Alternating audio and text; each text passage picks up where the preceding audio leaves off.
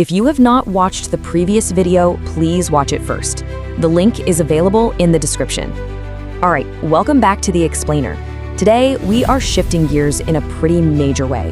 We're moving on from the structural foundation of wealth right into the psychological frameworks, and honestly, the legal chassis you need to actually drive it. We're going to explore exactly how legal business structures seamlessly connect to cognitive psychology and how you can apply these models directly to your own journey. But before we really dive in, let's talk about why this transition is just so absolutely vital. You know, having a grand vision for financial freedom is awesome, but without a physical legal structure to protect that wealth, you are entirely vulnerable. And even if you have the perfect legal structure, if you lack the mental frameworks to make the right daily choices, well, you're just gonna end up driving a pristine Ferrari straight into a brick wall. So today, we are combining the hardware of wealth with the software of your mind. Here is our roadmap for today. We'll expose the myth of paying yourself, build your wealth vehicle, take control of life's steering wheel, learn to avoid treasonous choices, and finally, look at making big life decisions. Let's jump straight into part 1, the myth of paying yourself.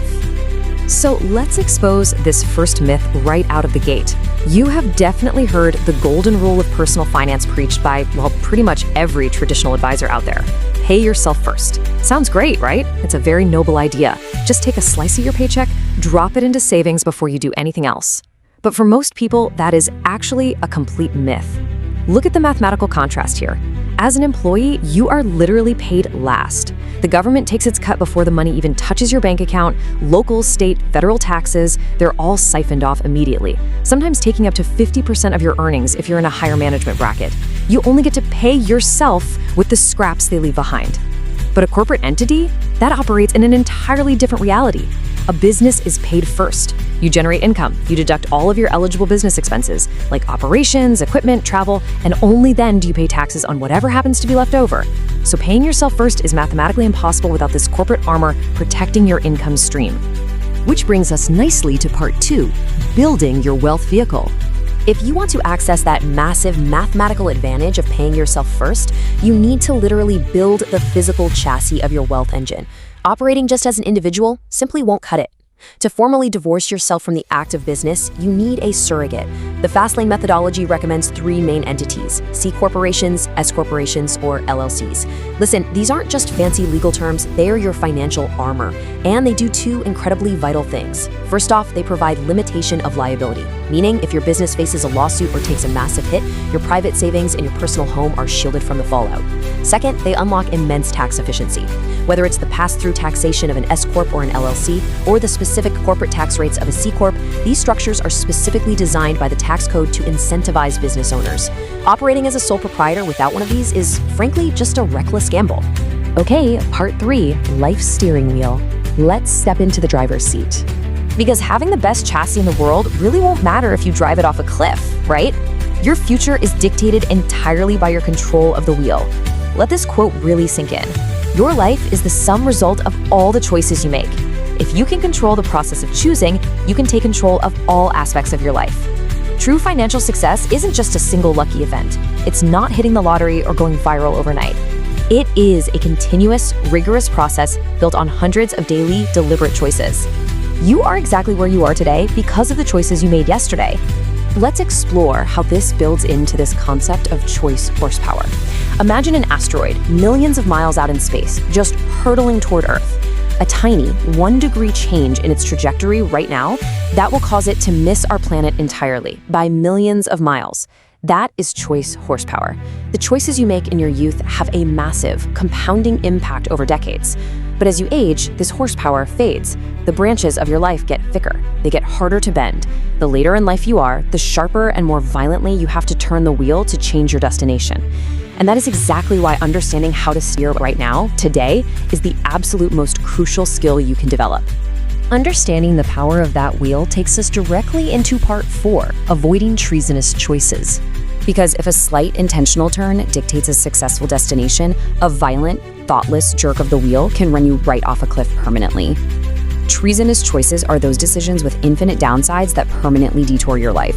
We're talking things like driving drunk or committing a crime.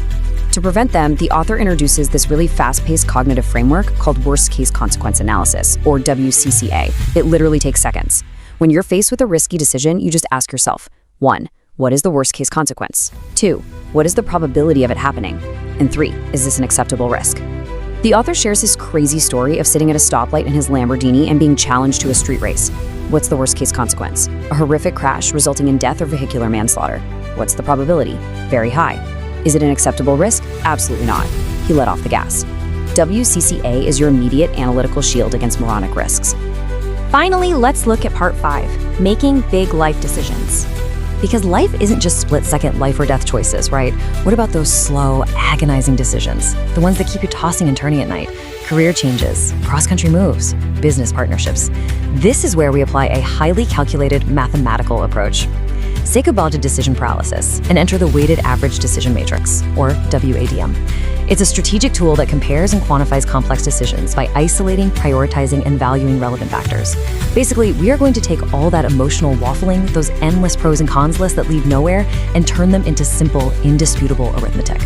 Let's walk through a practical example to show you the magic of turning anxiety into math. Suppose you are totally agonizing over whether to move to Detroit or Phoenix.